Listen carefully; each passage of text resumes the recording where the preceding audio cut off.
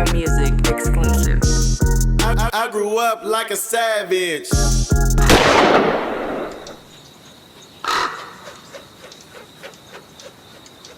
1 2 1 2. You now rocking with the No Vultures podcast. You got me, myself, Lord Rab. You got OG Clee, halfway, still kind of on a vacation. He in a halfway house. Shout out to OG Clee. Be out in August. And today, we got a very, very, very, very, very, very special guest. Now, this guy, San Francisco's own, Lakeview's own, the Bay Area, California's own, the West Coast king. He is the chemical baby. He is Big Mafia. He is Young Cell. Man, we got Cellski on motherfucking No Vultures today. Oh boy, what's up, Ryan? My dog. What's up with my Nick? Man, what's up with it, Cell? Ah, man, I'm chilling, man. We out here at Blunts and More, man. Trying to have some blunts and more. Trying to have some blunts and more. You feel And me? speaking of blunts and more, shout out to Blunts and More, who's our presenting sponsor for this Tuck. episode. We doing at the Consumption Lounge. This is Blunts and More's lounge. You can come here. And You you can can- smoke. You can have a good time. You know what I'm saying, with your people, fellowship, and do all of that shit. You come in here, get you some pot, lounge, fire up, car safe, not getting bipped. You still in Oakland. Come on. You know what I'm saying? You safe, Shout out man. to Tucky, man. Shout out to my nigga doing security over there. That's my nigga. Got over security there, here man. You feel armed, me? so you know you So, can do all that shit. You can yeah. wear your jewelry, whatever you want to do. Mm-hmm. So look, Cell, Talk to me, man. You know I don't really be doing these, man. I know you don't do these, man. I know you don't do these, man. I want to start at the beginning. I want to start to me. I want to start in Lakeview. Born and raised. Born and raised, bro. Born and raised in Lakeview. Grew up on Sedoa Street, which, you know, we had a boys' home on Sedoa Street. Okay. I lived across the street from the boys' home. Okay. So I used to be over there all the time. A lot of niggas from the hood came from the boys' home. So, you know, to be in the boys' home, you had to be bad as fuck. So, you know, I was a young nigga around some badass kids. You know what I'm saying? But most of everybody turned out to be great men at the end of the day. You know what I'm saying? So, you know, I grew up in Lakeview, hung at Ocean View Park, went to St. Michael's in Lakeview. That was a Catholic school. Okay. Went there for a couple years and ended up going to Yaloa Elementary. Paint the picture though, Cell, for Lakeview, like, cause shout out to Larry Jackson, Phil Jackson from Lakeview, Cougnut from Lakeview, Yeah. Paperboy, 24 Karat Gold, and I mean the list goes on and on. For So sure. what's the vibration of Lakeview as a neighborhood? Because people know San Francisco to be the projects. Yeah, see, Right. Lakeview, we was in houses, man. So, you know, the niggas back in the days used to be on the Lakeview niggas because, you know, we grew up in houses and shit. We didn't really have no projects. The only project we got is on Randolph, and that motherfucker 1 block long. And it's, 20 units in there. I want to say 18 units in the motherfucker, and that's ran by Housing Authority. So, you know, niggas used to be like, man, them Lakeview niggas is house niggas, man. They live in the house, man. You know, back in the days, niggas used to try to, you know, I don't want to say try to punk us or nothing like that. Cause, Right. you know, niggas ain't no punks or nothing. But y'all done had the same struggle. Yeah, because, you know, niggas growing up in the projects, you know, like Harbor Road, Sunnydale, Betrayal Hill, you know, niggas felt it was more of a struggle. But, nigga, we was struggling too. Nigga, Right. we was in Section 8 houses. That's what Right. niggas didn't understand. That shit was the same shit. And them niggas' mamas was on Section 8. You know what I'm saying? Getting welfare checks just like a motherfucker in the projects. You know what I'm saying? If it went, like, we all know that era that we come from and what influenced us. So that era around in the 80s, like 85 and shit, like, what was the climate in Lakeview? Because y'all had less of a, you know, you grind different in the projects than you For grind sure. on a block. For sure. Right? So it's almost a little bit more organized in the projects because it got to be. But on a Exactly. block, niggas still rush knocks, niggas do all Yeah, that but see, shit. that's what it was at the park. See, we had a big ass park, bro, called Ocean View Park, my nigga. This park is probably the biggest in the city, far as in the neighborhood. You know what I'm saying? So we had Ocean View Park and we had a gym. So niggas used to hustle out of the gym. Cars used to pull up, niggas run up the stairs, and you know what I'm saying, bust they knocks and shit. We used to be down by the store, across the street from Sheridan, and That's when niggas, you know what I'm saying, getting their money at the park and shit. Then you go down to Randolph, that's where the little projects at. Right. So niggas is in there getting money. You know what I'm saying? So you had Randolph, you had the park, then you had Broad Street, you had over the hill, the whole Lakeview, nigga, in 85, bananas. Bananas. You know what I'm saying? Because that's when the crack era really first hit. You know what I'm saying? Motherfuckers was broke. Next thing you know, niggas got big donkey ropes. We in Adidas sweatsuits, you know what I'm saying? Going to Fresh Fest 85, you know what I'm saying? So, man, and back in 85 was the time, baby. Right. 85, 86, man, them was like the growing years, my nigga. And I know you come from the game. What I always try to explain to people is like what you consider as a youngster, if you start selling crack like in the 90s or like late 90s, you don't really know them knocks as who they were. They was people with paper. Like they started off freebasing, rolling Grimmies, shit like that. So they had money. You had to have money to smoke coke back in the day. Exactly, especially back then. You know what I'm saying? Especially when it first hit. So the shit, like crack, bro, it just took over every neighborhood in San Francisco, my nigga. You just see niggas that you wouldn't believe having money now. Right. You know what I'm saying? Right. It's motherfuckers' parents and shit, that's the smokers. You know what I'm saying? Mm-hmm. It's like the niggas that's coming and buying the dope, it might be your partner mama. Right. It might be your partner daddy and shit. You know what I'm saying? We talked about that on the show so many times of people saying niggas hitting the corner like nobody better not serve my mama. Exactly. You know what I'm saying? And I had to be in the same situation, unfortunately. Right, you know what I'm saying? right. You know what I mean? So, you know, I was just a product of my environment. And, you know, I was on the streets early. I was already a street kid. Right. I was already riding bikes, already outside, already hustling with the niggas at the park, just going, making store runs. That was my hustle. You know what I'm saying? Going to the motherfucking grocery store, helping people with their bags and shit so I can go play video games. You know what I'm saying? Right. Go buy wrestling magazines and the BMX magazines. That's what I was into. In 84, 85, 80s, that's what I was into as a young nigga. But me being on the streets early, seeing niggas at the park hustling shit, that's what I wanted to do. You know what I'm saying? I see niggas with the donkey ropes and I'm into hip hop and break dancing and graffiti. I'm into all that shit. Right, You know what I'm saying? right. My mama wasn't finna get me none of that shit, so I had to go get it on my own. Young though. You know what I'm saying? Young, bro. Cause you got even into music young, right? So Yup. Young Cell, right? Young Cell. You was out here like people didn't really know, like, you know, cause you know back in the day you had people like Too Low. You had motherfuckers like the Youngsters. Remember when the Youngsters beat up man, they had the fake crisscross in the video? Yeah, for sure. Remember that shit? Yeah, the Youngsters, the niggas with the little ball heads and shit. Right. Yep, So but you never really had nobody from the West Coast telling our story. So I know when I heard you and you was out like, and you was like rapping before Keaton them, like, so it was like, you know what I mean? Like, I had shit before everybody, bro. Yeah. Any nigga that you can name, I had demo tapes before anybody, bro. And anybody. And somebody that helped you, that's a legend in your neighborhood, that you gonna know this, Ronald Fields with the hops. Oh, for sure.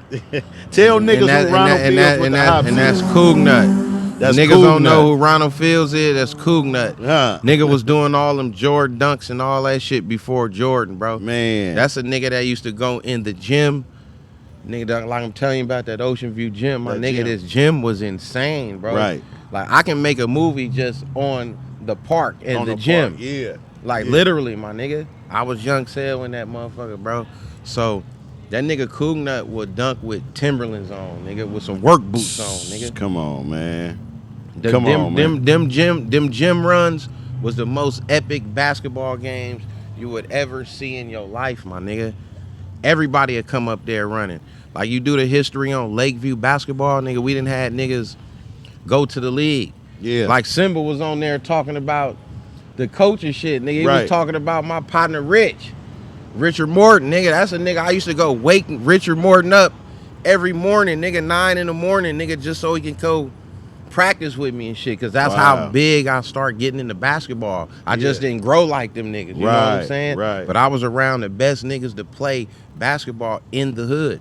Damn. You know what I'm saying? So, and speaking of Cougnut, your mom and his mom was like best friends. Yes, or something, exactly. right? So, nigga, I've been around Nut my whole life. You know what I'm saying? My he was mama older and his than you. mama, yeah, Nut, what, 8, 9 years older than me. You know what I'm saying? But So I was is that always the around. Is he the first one you told you was rapping? Nah, hell no. I 'Cause was rapping. It was my uncle. You know, it's like my cousins and them was rapping. This one, Rodney Dangerfield and shit had a fucking. Remember that song? I That remember nigga. that How shit, long yeah. ago was that? That was hella long So ago. that's how long I've been rapping, bro. Yeah. So my cousins and them used to rap and write raps, and I figured, okay, I used to like take the Sugar Hill Gang shit and rewrite the words. So I would get nigga shit and write my own words. That's how I learned how to write raps young. You know what I'm saying? I would take all short shit, re-put all my own shit in there. That's how I had the gang, because I'm already seeing this shit at the park. Okay. What these niggas is talking about. So I ain't no young dumb nigga. You know what I'm saying? My first song that I ever made was called Joanne. Remember Roxanne? I remember Roxanne. I came with Joanne. Ooh. That was the first so song you I took ever UTFO recorded. shit and flipped it. My first song ever recorded, on my nigga. And what you was talking about? The girl named Joanne. I just took the Roxanne and made Joanne, because that's what I knew how But to you do. dissed her. No, I was just really talking about a girl Just named talking Joanne. about it, You know what I'm saying? Because they was dissing, but you just said, Yeah, I just really was talking about a girl named Joanne and just rewrote. Like, I can't even remember the fucking words to the song, but it was Joanne. So, And I recorded that in my grandmother's garage with my uncle, and that nigga had like a little 2-second sampler thing where he said, say Joanne, and I said Joanne, and he was, you know what I'm saying? Yeah. With the beat behind it and shit, yep. So, like, and then back then on the influential side of hip hop, like you mentioned earlier, the Fresh Fest and shit, like, you know, I went to the Fresh Fest absolutely too young to be there, but I was there, right? I was there, my nigga. And so, like, I was 10 years old. Also, right across the street at the Oakland Coliseum, I was 10 years old. Seeing Beastie Boys, I never seen no rappers dressed not hella neat. Like, they was the first, like, what we call didn't give a fuck. They didn't give a fuck. They Hoes like in their trailer jeans, trash. Trailer trash, they didn't give a fuck. You know what I'm saying? And you have LL walking out this radio. Come on, bro. This shit was just epic. Like, come on, man. It makes people like us appreciate hip hop different, because you treat hip hop like a family member when you come from that. Like, because the only thing you did was fantasize about that shit when you was young. Bro, I'm telling you, bro, I got girls that I used to write letters to in middle school that they say they still got them. Damn. Talking about one day I'm gonna be LL Cool J, then you gonna wanna fuck with me, you know, shit like that. Like, a girl told me, she say, I still got the letter you wrote me in the 7th grade. That's crazy. You know what I'm saying? That's crazy, bro. Yeah, because nigga, I really fantasized of being a rapper. That's what I wanted to do. And a lot of people used to be like, you know what I mean? I'm like, nigga, I'm gonna rap, bro. Like, I'm gonna figure it out. You know what I'm saying? Who was the first Frisco rapper you heard? The first Frisco rapper? Nigga, the Frisco Kid. Frisco Kid. Period. And he come from Lakeview. That's a nigga, that's another one of my idols that put me up under his wing young. Nigga, that nigga used to be in his garage making songs, and he'd let me come in there and fuck around. Damn. You know what I'm saying? And he was Damn. big at the time. This 84.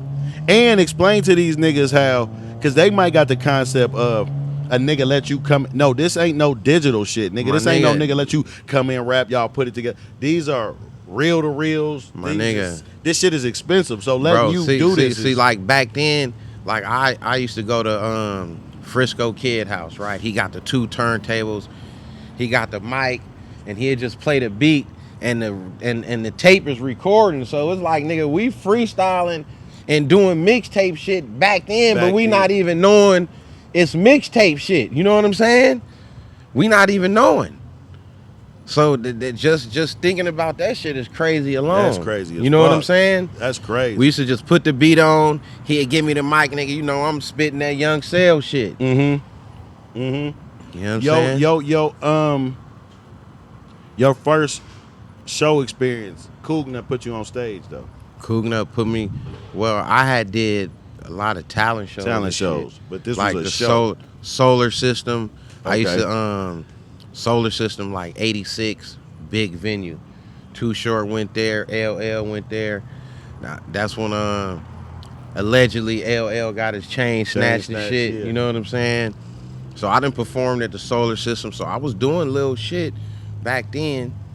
But when Nut put me on stage, that's after he did the little deal with Sucker Free Records. Going back to LL right there real quick, was it always, because it's always urban legend, that after that, because some shit happened to him at Malibu too, so after that he made Going Back to Cali, and that's See nah, what I'm I don't saying? think so. You see what I'm saying? You know what I'm saying? Nigga, them niggas is not playing in California. Yeah, like it It's seemed like different. it's sunshine and No. palm trees. No. Yeah, You see that nigga DJ Quick did it too. man. You feel me? Man. Then I'm gonna tell you a story about that, not to get off subject. No, or it's nothing, right on subject. But on that DJ Quick song, when he talking about Oakland, nothing like, nah, nigga, that was Frisco that shit happened at. When the niggas was rushed the stage and all that, that was the Hunters Point Lakeview niggas that did that, bro. What venue But was he that? didn't know it was. He didn't know the difference. He just know he in the Bay. Right, You know what I'm right, saying? The right. Bay is Oakland to him, but that was some Frisco niggas that this shit happened to. Right. Yeah. And then you know what's crazy when I talk to when we talk to Black C, and when we talk about all this shit, like when Frisco niggas are saying Frisco niggas ain't no punks, it's like because of the reputation that San Francisco had of people being free and gay and shit like that. So Exactly. the niggas from San Francisco always had to make sure that they knew, like, you know what I'm saying? You know how many times I done had to fight for this city, my nigga? Man. You know how many times I had to argue for this San Francisco shit, bro? Just to let a motherfucker know, bro, well, if you feel like that, come take this tour and come take this ride with me and let me show you what you think San Francisco ain't about, my nigga. Right. You know what I'm saying? Right. I can take you through the trenches, my nigga. I'm one of the only niggas from the city that can really just go through every, you know what I'm saying? Go through every turf and be comfortable. You know what I'm saying? Where everybody fuck with me, my nigga. It's hard to do that, bro. It don't matter who you is, nigga. It's just hard to do that. I can go pull up in even the hoods that my little niggas is into it with, bro. I can go pull up and I'm not tripping. Right. Because everybody know me, bro. They know what type of nigga I am. They know my energy and shit. You know what I'm saying? Yeah.